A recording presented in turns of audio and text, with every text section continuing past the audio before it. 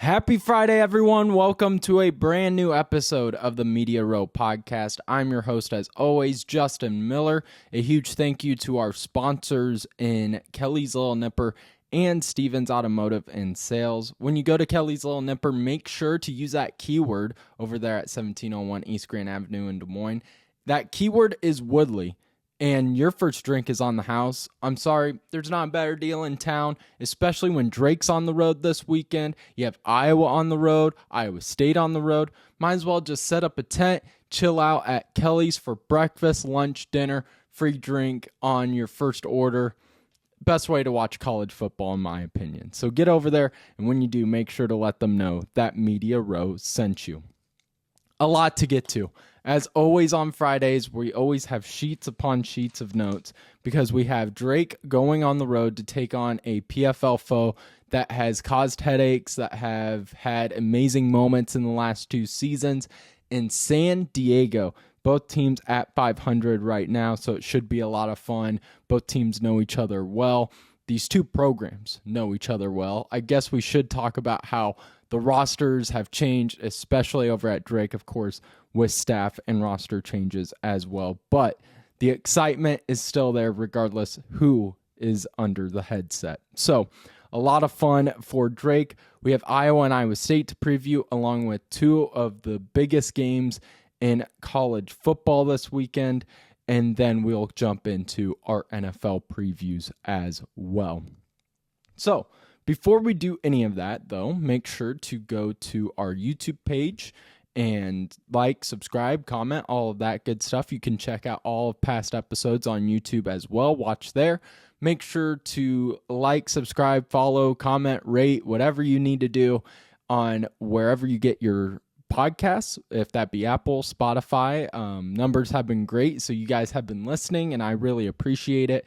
But just make sure to like, subscribe, comment, all that good stuff. Takes 2 seconds, and it helps us out over here at Media Row tremendously. And then lastly, but definitely not the least important, is to get over to our social media. Follow us on Twitter. Follow us on Instagram, Facebook, TikTok, because we post a lot of clips from the show on Twitter. You can catch firsthand interviews with players and coaches after games.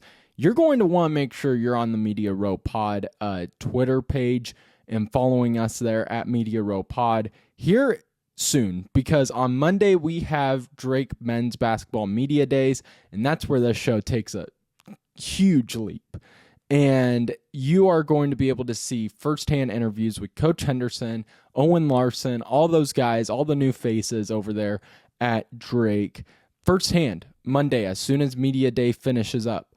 And you're going to be able to see those interviews and hear what we have to think about this Drake men's basketball team before Wednesday's show even hits.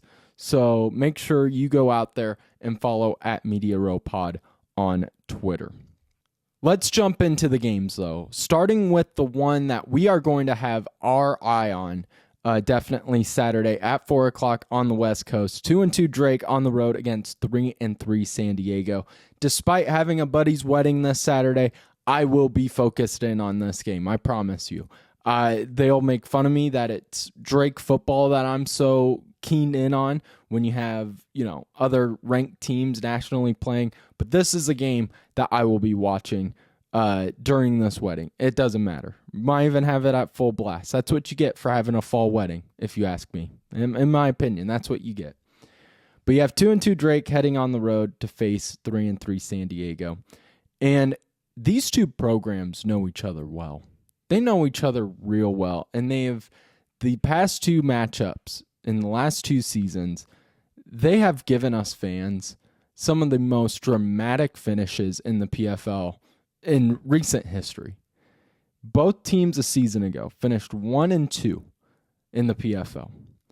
You have Drake winning the last two, but only by a total of 7 points in the last two matchups. You had San Diego last year come into Des Moines, and it was a game Drake controlled for 98% of that game.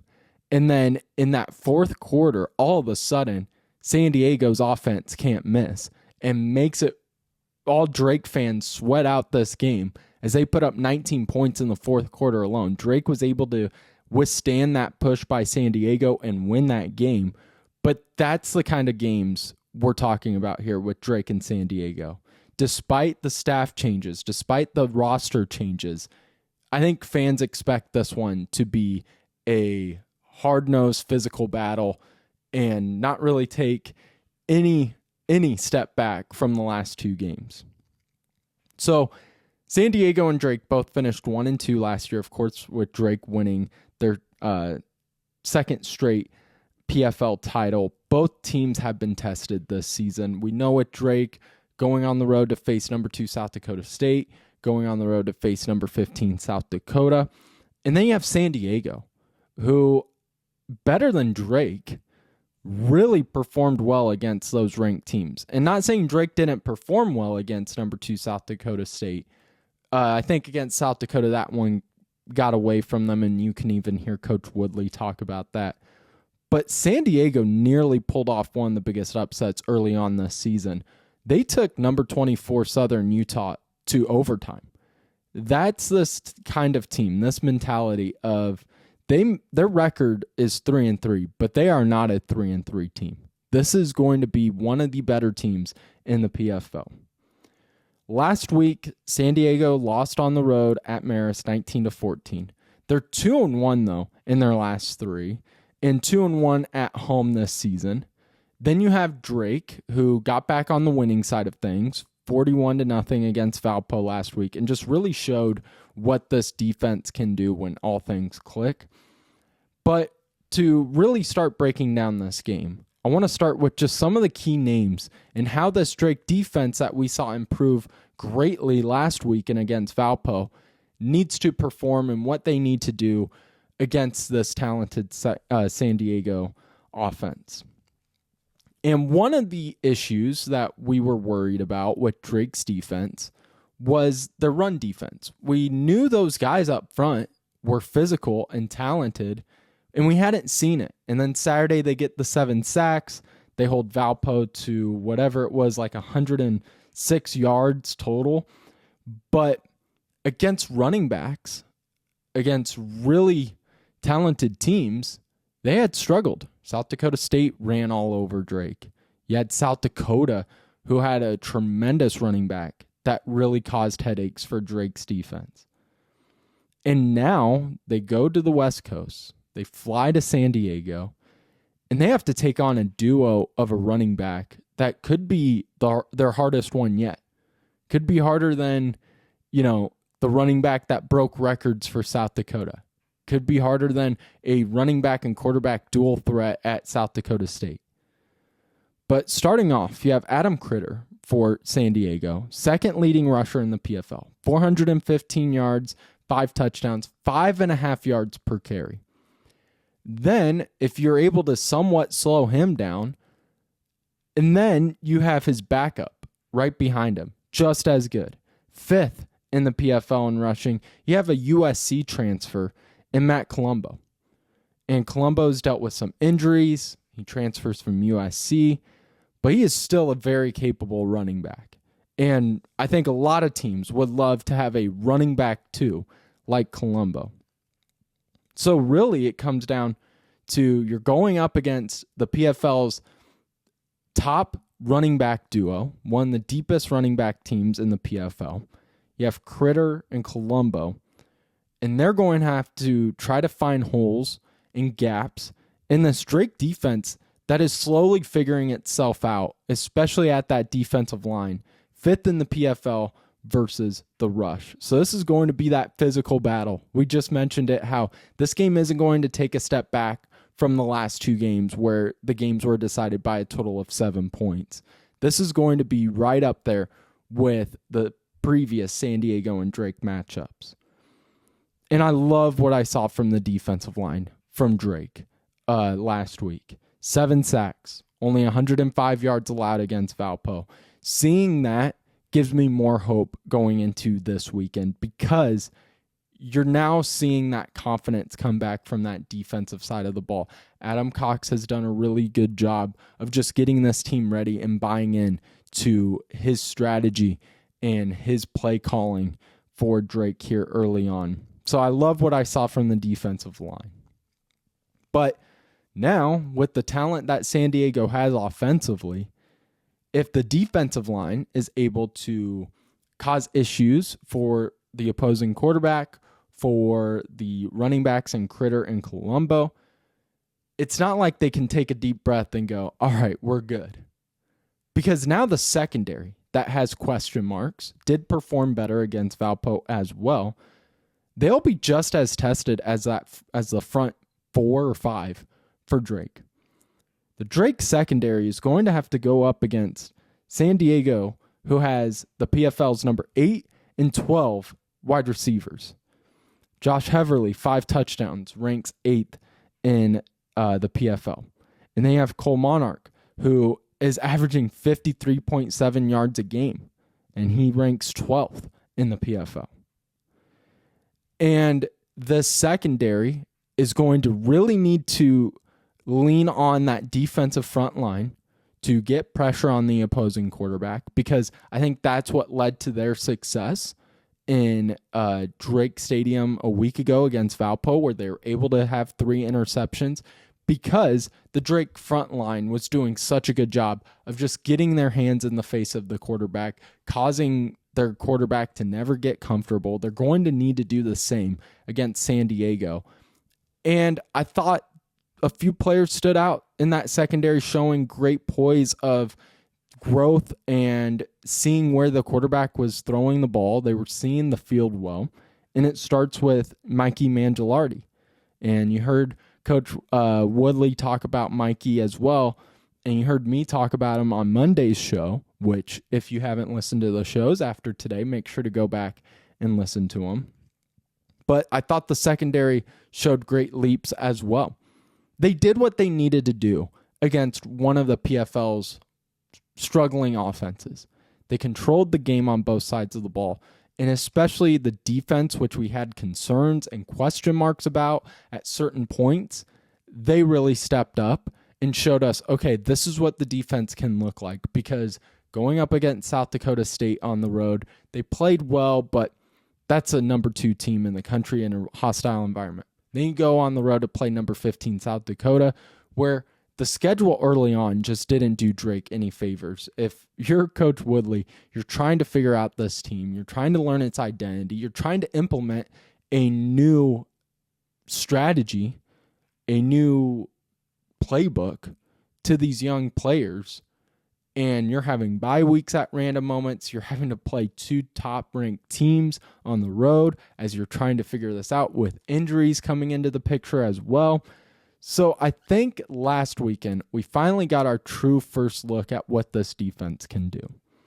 And I think they're going to need to rely on turnovers and rely on that defensive line. The defensive line dictates how this defense will play. I think the linebacker position is strong. It's the strongest part of Drake's defense. The secondary has a few question marks still. You want to see them get more consistent, but showed a lot of great promise last weekend. So it really leans on that defensive line. Can they get pressure? Can they slow down the run? Because you do not want San Diego feeling comfortable in the running game and then be able to have those 2 weapons out in the wideouts. I think when I'm looking at this game, though, the biggest question mark that I had, and the question I wrote down regarding the Drake offense, we talked with Woodley about it, of are we seeing a quarterback battle with Inagawa and Chase Spellman? Are these 2 going to really battle it out for a starting position when Chase doesn't seem 100% and Inagawa is starting to get the playbook more open for him?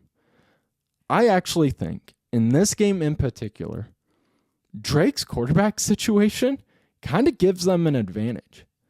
San Diego is going to have to prepare defensively for 2 really talented quarterbacks.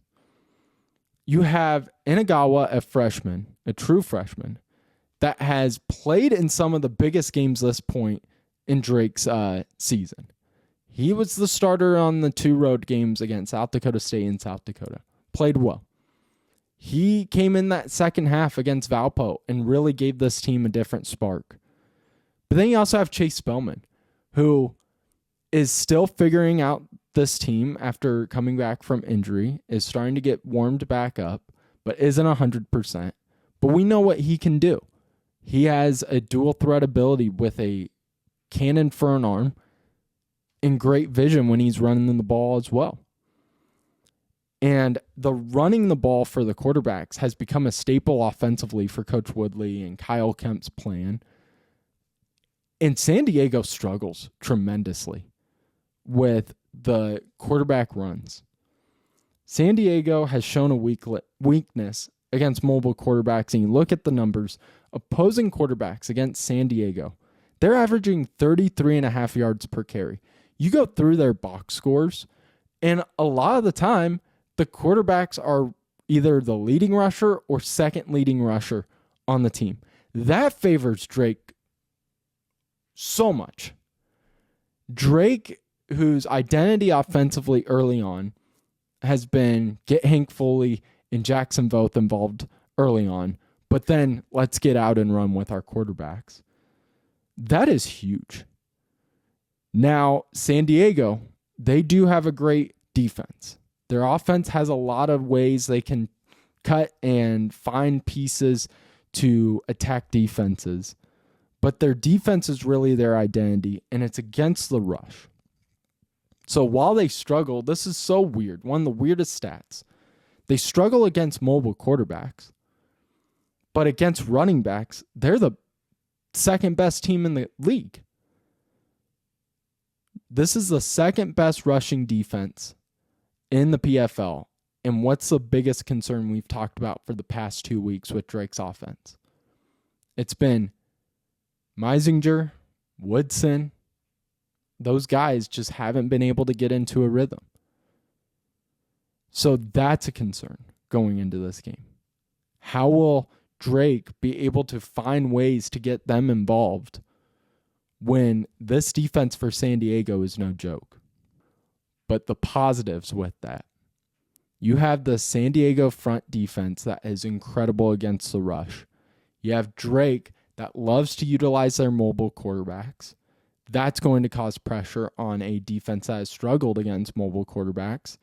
Sure, they may be able to stop Meisinger and Woodson, but against the pass, this is brutal for San Diego. They are last against the pass. And so Drake now, we may see Chase Spellman not even need to use his legs, because Drake's ability to protect the quarterbacks in the passing game has been incredible to this point. And Chase Spellman has two great wide receivers in Foley and Voth that can really get down the field. And I think if San Diego is going to be so worried about the mobility of these quarterbacks for Drake, Drake may not even need to utilize their running backs as often. And they may be able to just use that dual threat of each quarterback to really use to their advantage to win this game against San Diego. I think Drake is a more balanced team than San Diego. They're top 4 in offensive efficiency and defensive efficiency. I love the multiple X factors Drake has of Spellman with his arms and legs, Inagawa with his arms and legs, and I think Kyle Kemp's opening up that playbook more for Inagawa. I still have faith in Meisinger and Woodson. They are talented running backs. They just haven't gotten their opportunity yet. So maybe they get it going. It's going to be tough, though, against that second rush defense in the PFL. But then you have those X factors out wide with Foley and Voth. And I think it's going to cause a lot of pressure for San Diego. This game is going to be intense. It's going to be a back and forth battle. I cannot wait to watch it. I'm so excited. This was one of my favorite games when I was a student to call at Drake, because you just know these two teams. You see those logos, and it doesn't matter who the coaches are, what changes happen to the roster. You just see the history between the two. So it should be a lot of fun. I'm really excited for it. Make sure to follow along on Media Row Pod on Twitter. We'll be trying to do updates as much as possible as we can with being at a fall wedding this weekend. But 2-2 Drake at 3-3 San Diego at 4:00. Make sure our sponsor in Kelly's Little Nipper, they're traveling with the team to San Diego. They're going to be posting a lot of fun stuff online as well. So go check them out on Facebook at Kelly's Little Nipper as well to check out some fun behind the scenes and some good stuff that will put a smile on your face this weekend. So 4:00 Drake at San Diego. That should be a fun one. Really excited to see how Drake will be tested both offensively and defensively. Can we see for the first time this season both sides of the ball really click? Now let's get into just the local games. Because one, you have Iowa and Iowa State both on the road. And both teams, different storylines going into this weekend. Let's start with Iowa. Big rivalry game. Iowa at Wisconsin. 3.5-point favorite are the Hawkeyes. And I'm starting here with Iowa. And for this game in particular, does it really matter who's under center for Iowa? And that could be taken as a joke of, just what we've seen from quarterbacks in Iowa City the past few years of, does it really matter? It's going to be pressure on the defense regardless, which is a little bit true.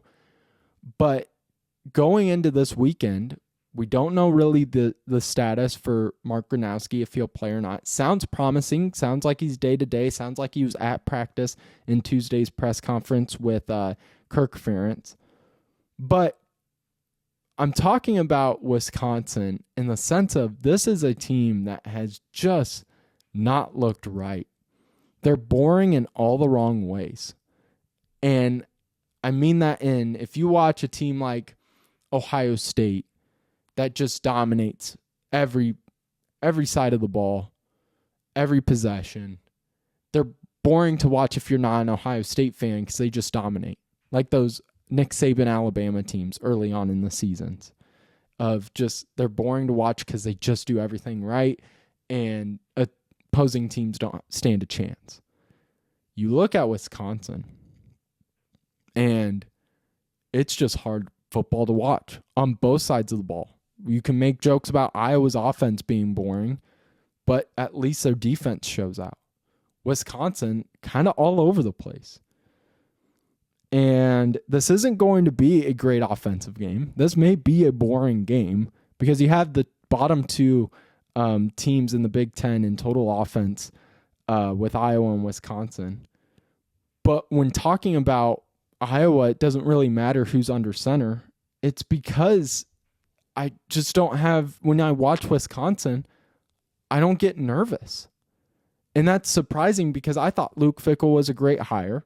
You guys mentioned a few weeks ago on the show that that's a coach you're expecting to be gone by the end of the season. But it's not going to be a QB battle. The QBs are not going to be the reason either of these teams win. You have Iowa last in the Big Ten in yards per game from quarterbacks. Wisconsin fourth worst in yards allowed. Hank Brown, more than capable to beat Wisconsin. And I hear a lot of hype from Hank Brown. A lot of people are saying, man, look at this guy. I think he came from Auburn. Just, this guy would have been the starter if Gronowski didn't transfer. He's going to be just fine. I do believe that, but a part of me is very skeptical because what have we heard for the past 5 seasons about Iowa's quarterbacks? As soon as the starter starts to not play as well, bring in the bench player, bring in the backup because he is going to lead this team differently.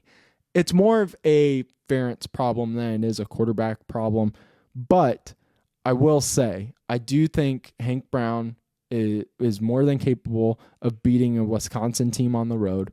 I think Iowa fans do want to see Gronowski because clearly you'd want to see your quarterback one healthy, and he just adds a different level with his legs too for this Iowa team.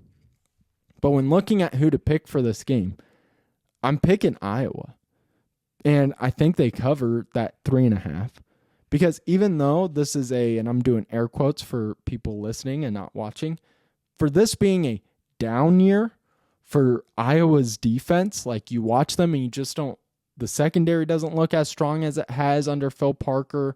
The defensive line hasn't been dominant. They're still really good, though, clearly, because they're still top 5 in the Big Ten in defense. And then what does Iowa do best? They do best when their defense causes turnovers. And what does Wisconsin struggle with is turning over the ball. O'Neal, sure, has 5 touchdowns, but just as many interceptions. This is going to be an ugly game. 2 bottom-tier offenses, 2 teams that don't really have an identity at quarterback. I mean, Gronowski has moments where he can show that he can sling the ball deep, but then for some odd reason struggles to throw an easy 5-yard out route or slant pass. So this is going to be an ugly game, and those are the games Iowa wins. And I lean on that defense. I lean on Phil Parker. Wisconsin is just in a rut right now.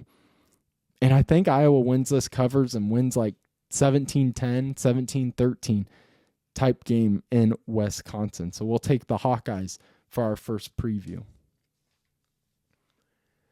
Then you have Iowa State.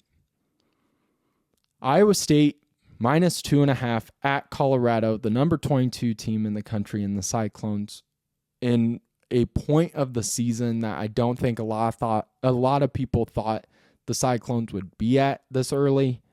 And talking about every game's now a must win. We were really critical of Iowa on Monday. I still stand by it, and people, commented and talked to me about how, I'm just saying this stuff to get views and likes when I ask the question, is Iowa State overrated? Listen to the full show. I think I explained myself well.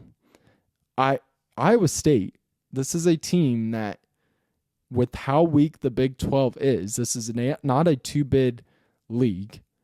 I mean, if BYU goes undefeated, goes to the Big 12 championship, and loses to Texas Tech, I still think BYU doesn't get in. There's just too many good teams right now. College football is the most balanced we've ever seen it. And every game's a must-win. And this is not a great draw for Iowa State. Sure, you can just look at the stats and you see Colorado bottom 2 in yards per game offensively and defensively. But you watch them, and they do not look like a bottom-tier team. They look like a team that has a lot of kinks that they need to iron out. They have a lot of issues. But this is a team that took BYU, the number 25 team in the country, down to the wire. Only lost by 3. This is a team that is perfect to just cause headaches for top teams. And they're going to play spoiler all season long, and they're going to be successful at it. But here's the thing. When we talk negatively about Iowa State, when everyone is on the side of, man, what happened to Iowa State at Cincinnati? What does Campbell do best? He gets this team ready. In the last 2 years, Iowa State is 5-2 when following a loss. 3 of those 5 have been by double digits. I think that's proof right there that Campbell is okay with being uncomfortable. He's comfortable being uncomfortable. Now, they're going to be really uncomfortable because there's a lot of pressure. It's a must-win game here on out every weekend. And then the injuries just continue to stack. Did you guys see that injury report for Iowa State? I think Shannon Earhart from Channel 8 posted it. It's thick.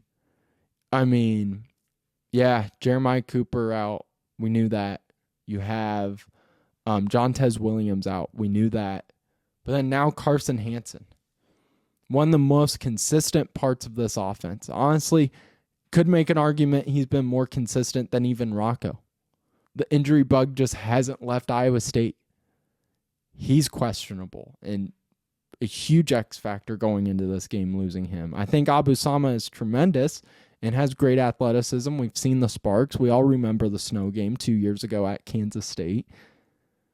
But Hansen just brought a different level to that backfield. So now you're putting everything on Rocco's shoulder as if you weren't already. But I think he's up to the challenge. I think this team is up to the challenge, and I know Coach Matt Campbell is definitely up to the challenge. This will be a close game. That -2.5 is exactly right. It's like Vegas knows what they're doing. This is going to be a close, tough battle on the road for Iowa State, but I think they get it done because they have to get it done. This is a must-win for Iowa State, and they've shown that when they come back from a loss, they can bounce back. So give me the Cyclones and taking down Colorado on the road. So let's get into the national games. So we always pick the 4 games, and we have Iowa winning, Iowa State winning. So the final 2 games we're going to pick, it's all Big Ten. It's Big Ten across the board. Starting off in Oregon, number 7 Indiana at number 3 Oregon. The Ducks a -7.5 point favorite. I'm so excited for this game because one, Oregon, great atmosphere, but they have Cignetti, who just brings a swagger to Indiana football I never thought I'd see. Where you see Indiana football walk into a stadium like Oregon, like Kinnick, and you go, man, they kind of mean business. Don't they look like a championship team? When they just walk into a building, they have that confidence. But here's the thing. Indiana has been incredible. This is not going to be a game where the lights are going to be too much because Cignetti, I think, has that mentality just drilled into all of his players in that locker room that they deserve to be there. They are just as good as Oregon. They're a top 10 team. I think Cignetti, that's the things he drills into his team. You see it show up on the field. They've proven they can win by 60 points. They've proven they can win ugly games. So they show depth and versatility. But here's the thing. You can have that mindset. I like Cignetti, and I think he's done an incredible job at Indiana. Never thought I'd see Indiana football at this point. But Oregon, you have Dan Lanning, who is an incredible motivator, incredible coach, just in play calling and strategy. And then he may have the Heisman under center in Dante Moore. Dante Moore, I think, has impressed me tremendously. He never looked once nervous or rushed in the whiteout game against Penn State, even when Oregon had that big lead, and then all of a sudden in the fourth quarter, Penn State makes this game go into overtime. He never looked stressed or concerned or nervous. Dante Moore has shown great poise all season. This team, just all over the place, is filled with athletes and stars for Oregon. So on the road, I don't know how Indiana is able to slow them down. I think Oregon wins this game. I like the points. And Oregon, honestly, man, that top 3, when you have Ohio State, Miami, and Oregon, you can make an argument for all 3 of those teams to be the number 1 team in the country. And this would be a huge win for Oregon on that resume to take down a top 7 team. Finishing up our college football segment, we're going to Big Noon Kickoff. You have number 1 Ohio State on the road against number 17 Illinois. -14.5 point favorite are the Buckeyes. I don't know how anyone can look at this game and have any sort of confidence in Illinois. And that's not a huge knock on Illinois. It's more of a praise on just what Ohio State's been able to do. Last week against Minnesota, Julian Sayin just looked like a Heisman candidate. And if you watch those early games against Texas, against Washington even a few weeks ago, it really felt like you have Ryan Day holding the playbook close to his chest for Sayin, just making sure he gets comfortable, making sure he doesn't make any mistakes, just keeping the freshman's confidence up. Against Minnesota, it was the first time I think Buckeye fans saw Ryan Day open up that playbook and just let Julian Sayin do what he does best, and that's launch that ball. He's the most accurate quarterback in the nation, and it doesn't hurt that he has the best wide receiver core surrounding him. So him getting more confidence, looking like a Heisman candidate, is just one of the many reasons why Ohio State wins this game. Another reason, the defense for Ohio State has been dominant. Caden Curry on the defensive line is looking like a descendant of a Bosa brother out there in the scarlet and gray. And you have this defense that, sure, against Washington, the secondary let a few passes just really easily get thrown down the middle on them. Against Texas, even in that second half, Arch Manning started to get comfortable throwing on the secondary. But what does this defense do best? It bends but never breaks. The red zone, it is so difficult to punch in any score on Ohio State. You're going to have to take the top off of Ohio State to punch in a score. You're not going to beat them physically at all defensively. They bend but do not break. And I don't know if Illinois has the playmakers to take the top off of a talented Ohio State defense. And then finally, I know it was weeks ago, and Illinois has proven to be able to get back into the top 20 conversation and show good wins against USC at home. But if Illinois couldn't slow down an Indiana offense that threw for 267 yards in the air and put up like 60 points on Illinois, then how does Illinois slow down two future first-round NFL draft picks at wide receiver? Okay, you try to double-team Jeremiah Smith. Oh, then what does Julian Sayin have?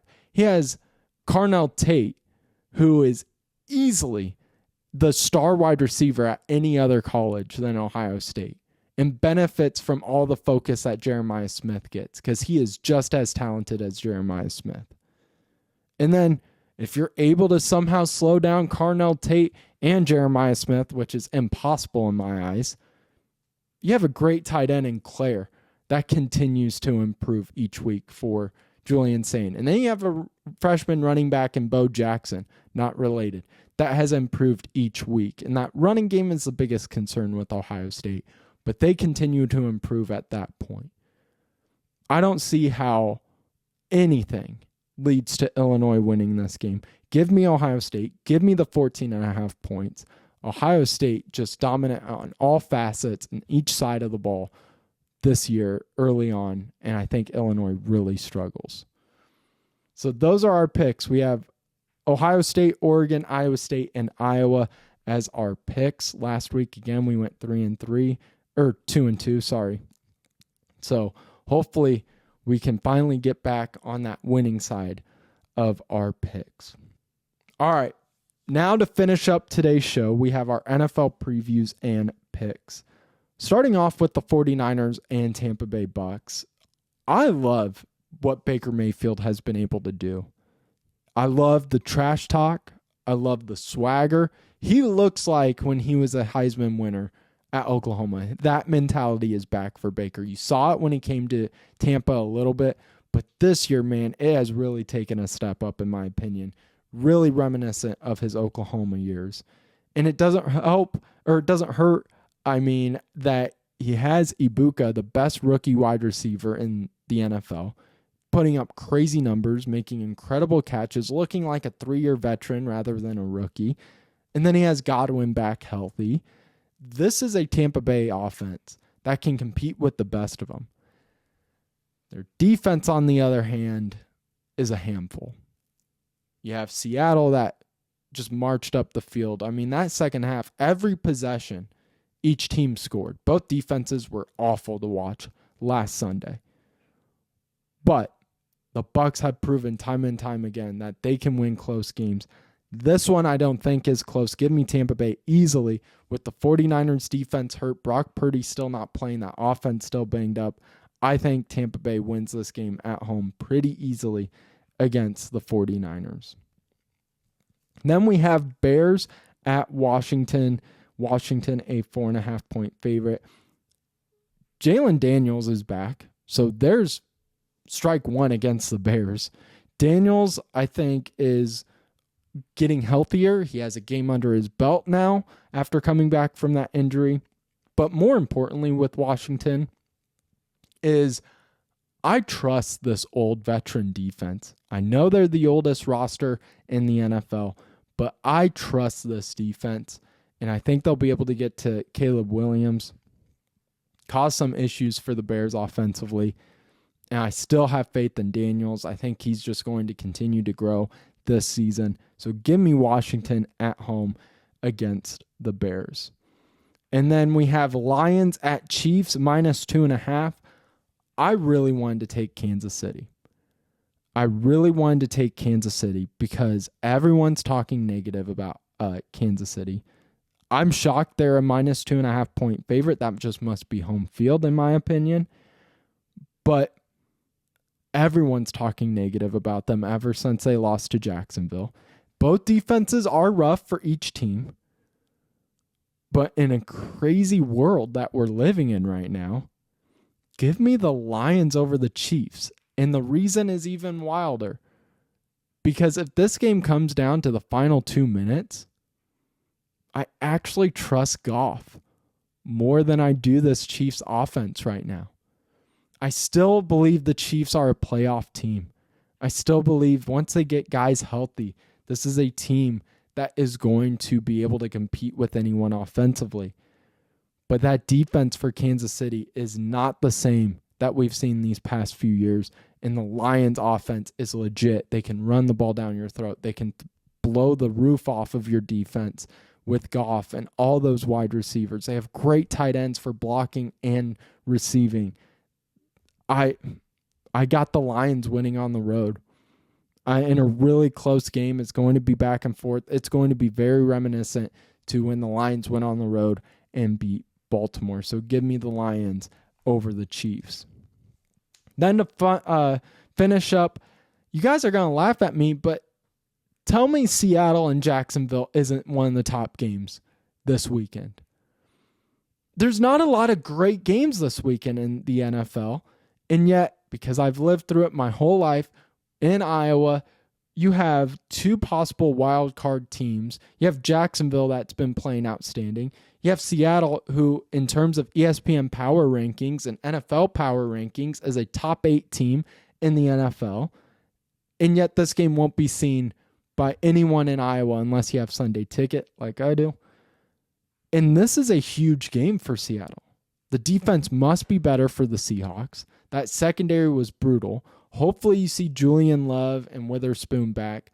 But man, even though those two guys were out, like I said with Iowa State on Monday, two guys being out doesn't allow a defense, the pass of, they had two guys out, a team threw for 400 yards on them, whatever. No, that's all coaching, that's strategy. And the defense failed Seattle last week. You have Jacksonville with all the momentum. They've won 3 straight. They're undefeated at home, 3-0. They won an emotional game against Kansas City. Jacksonville only a 1.5 point favorite. I still love that defensive front line for Seattle. And offensively, Seattle can compete with anyone. Darnold has impressed me. What a grab for Seattle. At the start of the year, I questioned it. Not questioning it now because against Tampa Bay, he's almost single-handedly led Seattle to that victory. You have JSN improving. You have JSN not even improving. He's been the most consistent part of the Seattle offense. You have Kupp getting more touches. Love that they're getting the tight ends involved with Barner. And so I love the playmakers offensively for Seattle. Running backs are strong as well with Charbonnet and Walker. I'm going with the upset here. I think Seattle wins. They bounce back and take down Jacksonville on the road. So to wrap up real quick, we have the Bucs winning, the Lions, Washington, and Seattle for our NFL picks and previews. Woo! That was a lot of fun. A lot to get through on Fridays. We always have a full sheet of notes. But definitely excited for another great weekend of college and pro football. We'll be able to recap it all on Monday's show. And then make sure you're following along at Media Row Pod on Twitter because Monday at 2 o'clock, we have Drake Men's Basketball Media Days, and you're going to want to make sure you're following Media Row there because we will have firsthand interviews with Coach Henderson, Owen Larson, all the players in Des Moines for this Drake men's basketball team. New look, but man, same excitement surrounding the Knapp Center. So make sure to follow us there at Media Row Pod. And also, make sure to get over to 5320 Northwest Beaver Drive in Johnston, Iowa to Stevens Automotive and Sales, where you will be able to see why they've been here for 35 years, locally owned, family owned, and they're just wonderful people. Like family to me, they be like family to you, and they make sure your car's ready to go and you're ready to go safe and sound on the road. Wonderful people. Whatever you need with your car, go to Stevens Automotive and Sales. When you do, let them know that Media Row sent you. Huge thank you to everyone. Huge thank you to Kelly's Little Nipper, Stevens Automotive, and just looking forward to another great weekend. We will see you guys Monday for a huge recap show of Drake San Diego and everything that we've seen from this weekend. We will see you on Monday for a brand new episode of the Media Row Podcast.